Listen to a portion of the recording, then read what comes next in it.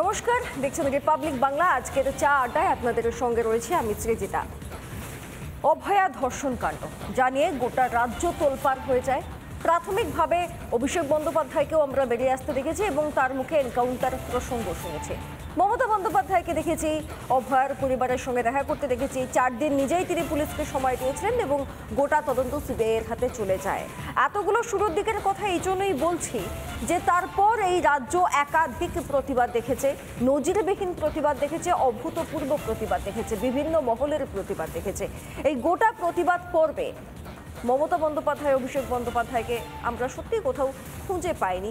উল্টে হ্যাঁ, একটা বিষয় আমাদের নজরে এসছে যে মমতা বন্দ্যোপাধ্যায় নিজেও একবার রাস্তায় নেমে পড়েছিলেন প্রতিবাদ করতে। ঠিক কার বিরুদ্ধে নেমেছিলেন তিনি নিজেই জানেন, হয়তো বিকজ বাকি আর কেউ বুঝে উঠতে পারেনি।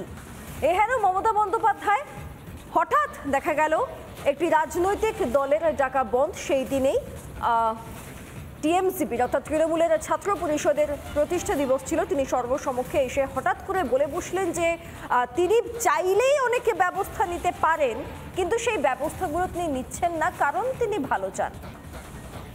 তিনি কার ভালো চাওয়ার জন্য কোন ব্যবস্থা নিচ্ছেন না, চিকিৎসকদের বিরুদ্ধে কেন তিনি ব্যবস্থা নেবেন, যে চিকিৎসা ব্যবস্থার মাথায় তিনি বসে রয়েছেন মন্ত্রী হিসেবে, সেই চিকিৎসা ব্যবস্থায় যখন ঘুণ ধরে রয়েছে, সেই ঘুণ কেন ধরলো সেই প্রশ্নের তিনি উত্তর দিতে পারছেন না।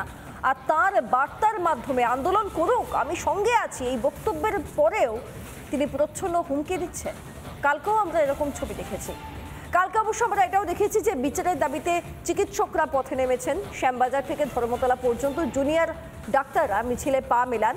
তাদের সঙ্গে ছিলেন নার্স, পড়ুয়া, সাধারণ মানুষও, মাথায় রাখতে হবে। আর এদিকে তৃণমূল ছাত্র পরিষদের প্রতিষ্ঠা দিবসের মঞ্চ থেকে প্রচ্ছন্ন হুমকি দিচ্ছেন মুখ্যমন্ত্রী মমতা বন্দ্যোপাধ্যায়। আমরা আলোচনা করব, তবে তার আগে একটা রিপোর্ট দেখুন। ভেতরের মধ্যে আমাদের করাপশন ঢুকে গেছে। আমাদের যে স্বাস্থ্য ব্যবস্থা তার মধ্যে যদি এরকম করাপশন ঢুকে যায়, তার থেকে আর দুঃখের দিন বোধহয় আর আসেনি। আজকে এই বাংলাতে আমি যদি কারোর বিরুদ্ধে এফআইআর করি, তার ভবিষ্যৎটা নষ্ট হয়ে যাবে। সে আর কোথাও চান্স পাবে না, পাসপোর্ট পাবে না, ভিসা পাবে না।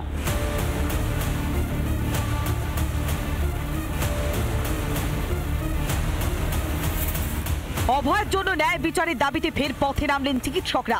এদিন শ্যামবাজার থেকে ধর্মতলা পর্যন্ত মিছিলে হাঁটেন জুনিয়র ডাক্তার, নার্স এবং পড়ুয়ারা।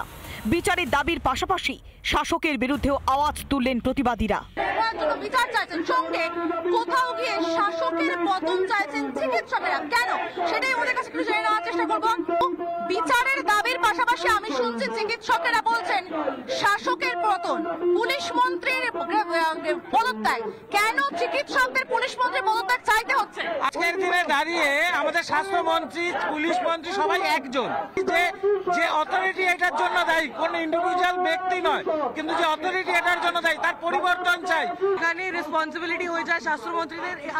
যে 14 তারিখের যে ঘটনা হয়েছে, যখন আরজি করকে একটা মব অ্যাটাক করে, যেখানে তাই জন্যে পুলিশ মন্ত্রী আর স্বাস্থ্যমন্ত্রীর রেসপন্সিবিলিটি এই দুটো ঘটনার জন্য নেওয়া উচিত।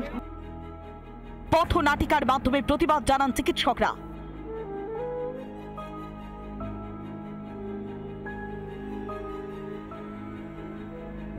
একদিকে যখন বিচারের দাবিতে গলা ফাটাচ্ছেন অভয়ার সতীর্থরা, তখনই প্রতিবাদী ডাক্তারদের উদ্দেশ্যে প্রচ্ছন্ন হুমকি শোনা গেল মুখ্যমন্ত্রীর গলায়। আমি যদি কারোর বিরুদ্ধে এফআইআর করি, তার ভবিষ্যৎটা নষ্ট হয়ে যাবে। সে আর কোথাও চান্স পাবে না, পাসপোর্ট পাবে না, ভিসা পাবে না, তার জীবনটা পুরো নষ্ট হয়ে যাবে। আমরা সেটা চাই না। তবে মুখ্যমন্ত্রীর হুঁশিয়ারির সামনেও দমতে নারাজ আন্দোলনরত চিকিৎসকরা। মুখ্যমন্ত্রী আজকের মঞ্চ থেকে উনি আমাদের জুনিয়র ডাক্তারদের প্রতি যে কথাগুলো বলেছেন, সেগুলো আমাদের প্রচ্ছন্ন হুমকি, হুঁশিয়ারি মনে হয়েছে। সেগুলো দিয়ে যদি মুখ্যমন্ত্রী মনে করেন যে আমাদের আন্দোলন থেকে সরিয়ে দেওয়া যাবে, তাহলে কিন্তু উনি ভুল ভাবছেন। আমাদের আন্দোলন চলবে। অভয় হত্যাকাণ্ডের পর থেকে ক্রমশ জোরালো হচ্ছে সরকার বিরোধী স্বর। কোন ঠাসা বলে কি প্রচ্ছন্ন হুমকি মমতার মুখে? শাসক তোমার কিসের ভয়? আমার বোনের খুনি যারা। রিপাবলিক বাংলা। দেখলেন রাজ্যের মুখ্যমন্ত্রীর বক্তব্য। আমি আলোচনায় আসবো, তবে যারা আজকে আমাদের অতিথি রয়েছেন প্রত্যেকের সঙ্গে একবার আপনাদেরকে পরিচয় করে দিই। আমি একদম ডান দিকে চলে যাব। আমাদের সঙ্গে রয়েছেন অধ্যাপক ঝন্টু বড়াইক, আজকে আমরা তাকে পেয়েছি সকালের আলোচনায়। আমাদের সঙ্গে রয়েছেন বিজেপি মুখপাত্র স্বাতী সেনাপতি এবং আমাদের সঙ্গে রয়েছেন রাজনৈতিক কর্মী অনিন্দ্য সিনহা রয়। এদের প্রত্যেকের সঙ্গে কথা বলবো। শুরুটা অনিন্দ্যবাবুকে দিয়েই করি। অনিন্দ্যবাবু, কালকে মুখ্যমন্ত্রী ঠিক কী বলতে চাইলেন? আমরা যদি ভুল বুঝে থাকি আপনি ঠিকটা বোঝান। আমি যদি কোনো ব্যবস্থা নিই তাহলে পাসপোর্ট পাবে না, ভিসা পাবে না, কেরিয়ার নষ্ট হয়ে যাবে। আমি চাই যে তারা প্রত্যেকে ভালো ডাক্তার হোক। এই কথাটার আমি অর্থ বুঝতে চাই আপনার থেকে। কথা হচ্ছে যে আন্দোলন ডাক্তাররা করছে তাকে রাজ্যের মুখ্যমন্ত্রী মমতা বন্দ্যোপাধ্যায় সমর্থন করেছেন। আন্দোলন যে কেউ করতে পারে, কিন্তু আন্দোলন করছে মানে তারা কাজে যোগ দেবে না। ওই গরিব মানুষগুলো চিকিৎসা না পেয়ে মারা যাচ্ছে দিনের পর দিন। যে ঘটনাটি ঘটেছে সেটা 9 তারিখ, আর আজকে কত তারিখ? এই যে চিকিৎসা পাচ্ছে না, এই যে চিকিৎসা পাচ্ছে না বলে আপনার এত খারাপ লাগছে? আপনার লাগছে না? এই যে চিকিৎসা পাচ্ছে আপনার লাগছে না? সেই পরিস্থিতি কেন তৈরি হলো সেইটা দেখার দায়িত্ব এ রাজ্যের স্বাস্থ্যমন্ত্রী ছিল না? আমি বলি দিনের পর দিন সরকারি হাসপাতালে ঘুম ধরেছে, সেটা দেখার দায়িত্ব এ রাজ্যের স্বাস্থ্যমন্ত্রী ছিল না?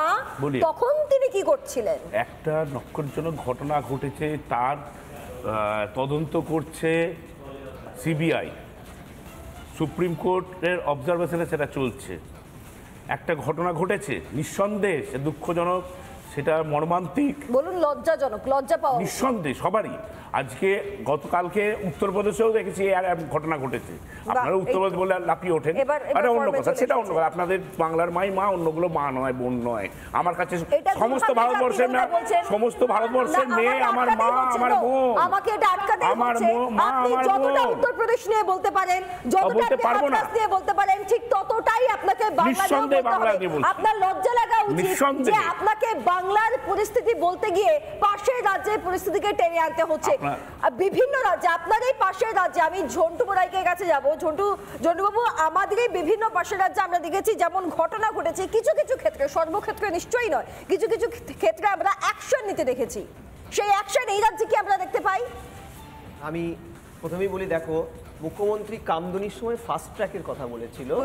আজকের হাল হচ্ছে ভারতবর্ষের সবচেয়ে কম ফাস্ট ট্র্যাক কোর্ট হচ্ছে পশ্চিমবঙ্গে। ইভেন বিহারে 159টা ফাস্ট ট্র্যাক কোর্ট, আমাদের 106 নি।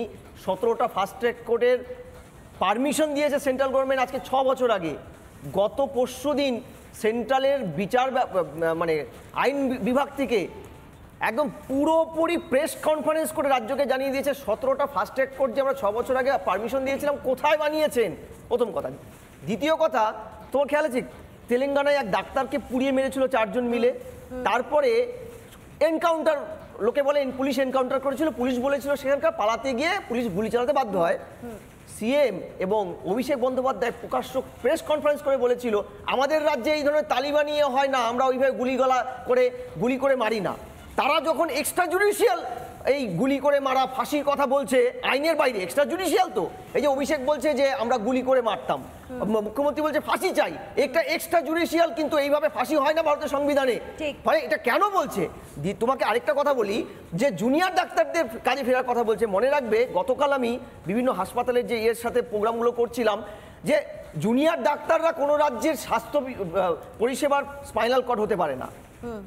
এই মুহূর্তে পশ্চিমবঙ্গে কোনো হাসপাতালে এমার্জেন্সি বন্ধ নেই, সিনিয়ররা চালাচ্ছে। তাহলে রাজ্য সরকার কেন জুনিয়রদের ডাক্তার ফেরাতে বলছে? তার মানে কি রাজ্যে জুনিয়র ডাক্তারদের উপরে হেলথ সেক্টরটা চলছে?